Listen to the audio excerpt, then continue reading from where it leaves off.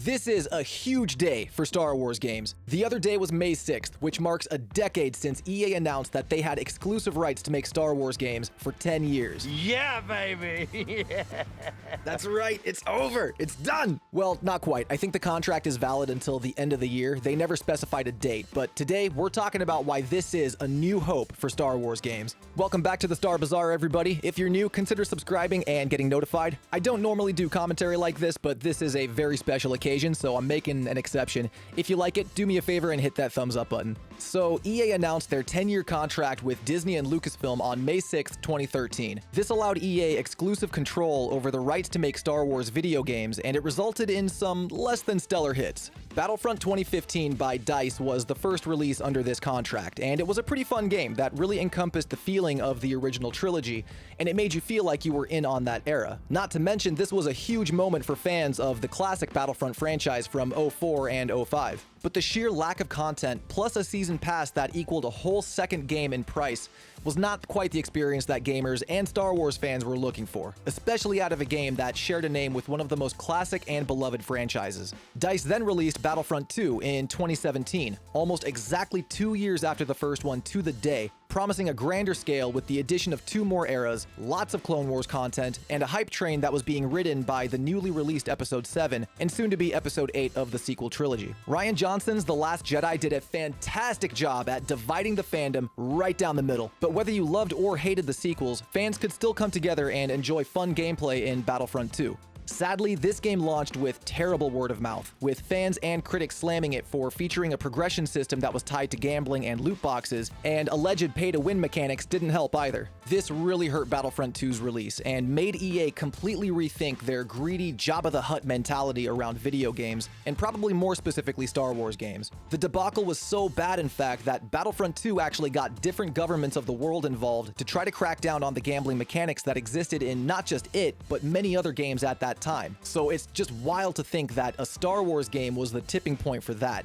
I made an entire career out of covering Battlefront 2 on this channel, so I can kind of look on that moment in history and feel like a proud father. Battlefront 2 launched so badly that it ended up making some positive strides for the world of gaming at large, so thank you, DICE, for that. Despite the rocky launch, though, from 2018 to 2020, the devs at DICE worked diligently on the game, and Battlefront 2 ended up making one of the most impressive comebacks in gaming history, with monthly updates that added tons of new content, including cosmetics, new heroes and starfighters, new reinforcement classes, and new weapons, although that last one was only added at the end of the game's life cycle. The comeback was so good, in fact, that in 2020, when it was announced the game's live service was coming to an end, the loyal fan base that stuck with the game from the beginning were floored.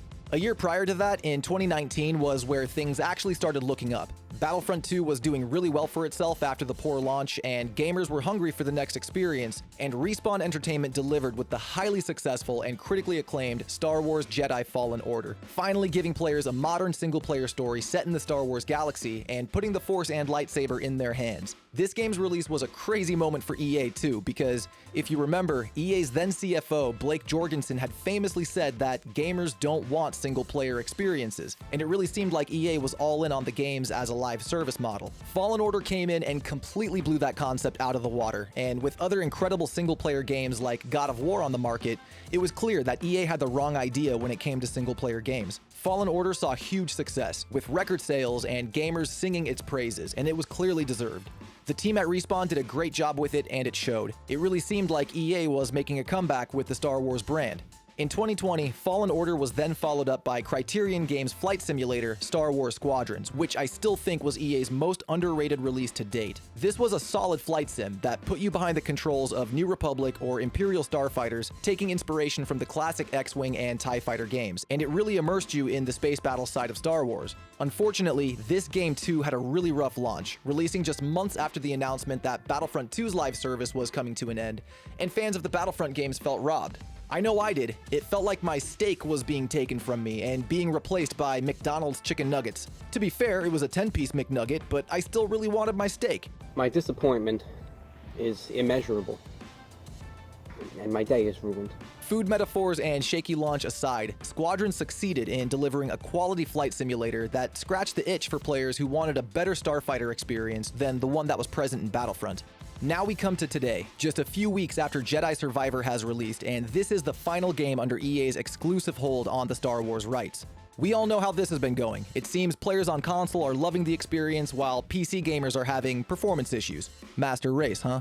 Survivor took everything great about Fallen Order and cranked it up to 11 on the Richter scale. This is clearly the most polished and best-looking Star Wars game that EA has released. I'm on PS5, so I feel confident saying that. I know PC gamers feel differently. But I think Respawn just has the right ideas when it comes to these games. Both of their Star Wars titles were the best received out of all 5 games under EA, and despite being the brains behind great multiplayer titles like Apex Legends, they really have the single-player formula down. And now here we are, May 7th, 2023, and that exclusive contract is donezo. EA has released 5 games in the 10 years it's had exclusivity rights, so average that at 1 game every 2 years. That's not terrible when you look at it like that, but we all know there is so much more that could have been done if EA just knew what they had from the beginning. This is the single greatest cinematic franchise in history. Get that weak MCU crap out of my sight. And EA decided to take such a minimalistic and careful approach to it, and it's honestly mind-boggling that they didn't allocate other studios so that they could pump out at least a game a year.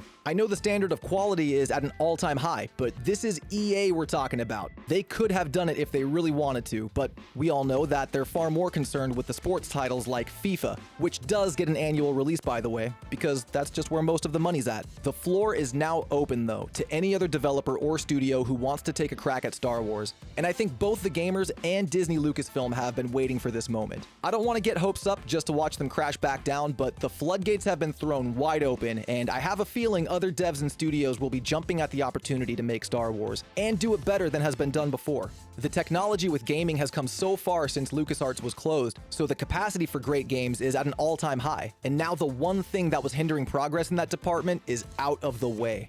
I like EA's games. I'm not saying that as a member of the EA Creator Network, but I'm saying that as a gamer and as a Star Wars fan. There is some great Star Wars to be had in these 5 games, and it's definitely a moment in history. But it is now the dawn of a new era. There's a new hope, if you will, for Star Wars games, and I'm personally really excited to see where this goes. Respawn Entertainment has 2 additional Star Wars games currently in development, a real-time strategy game and a first-person shooter that sounds like it will be narratively driven the same way Fallen Order and Survivor are. So this doesn't mean that EA is done with Star Wars, it just means others now get the opportunity to make awesome games too. There's already some major titles on the horizon, like Star Wars Eclipse and the open-world game that's being developed by Ubisoft, not to mention some smaller games that have been quietly getting attention on the side, like Star Wars Hunters by Zynga.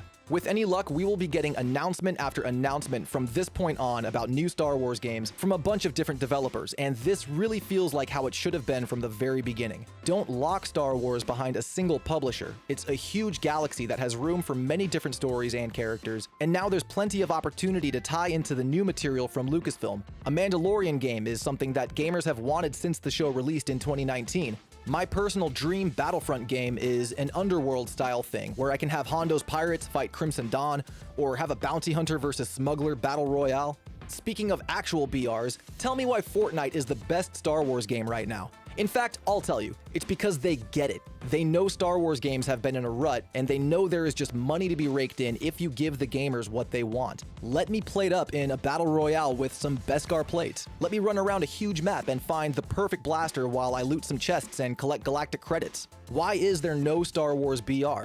It's because of EA's stranglehold over the last 10 years. Why is there no pod racing game that could rival the likes of Need for Speed or Gran Turismo? Why is there no fighting game in the style of Mortal Kombat or Injustice? Soul Calibur 4 did it 15 years ago, and that's not even a Star Wars game. Why is there no? It's because of EA's stranglehold over the last 10 years and them not understanding the potential of what they had. We have so many cool new Star Wars projects upcoming and already out. Ahsoka, The Mandalorian, Bad Batch, and yet there are no games or even DLC that's based on these. We even had the potential to have Ahsoka in Battlefront 2, but naturally EA shifted the blame for not including her onto the gamer, saying it was because of the progression rework DICE had to do, which set development back a few months. We asked for the rework, so we didn't get Ahsoka as a result, but whatever, I digress. The main point of this video is that we are now in a golden time. I'm just waiting for the flood of Star Wars games to get announced because I have a suspicion Lucasfilm has been talking to other studios and feeling them out and seeing what they can offer the universe. I don't have proof of this, but knowing the exclusivity contract was almost up, and considering we got the announcements for the open world game, Eclipse, and Hunters before the contract expired,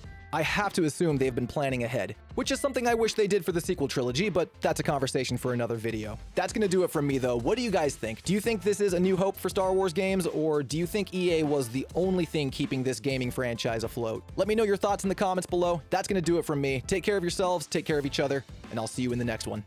Peace!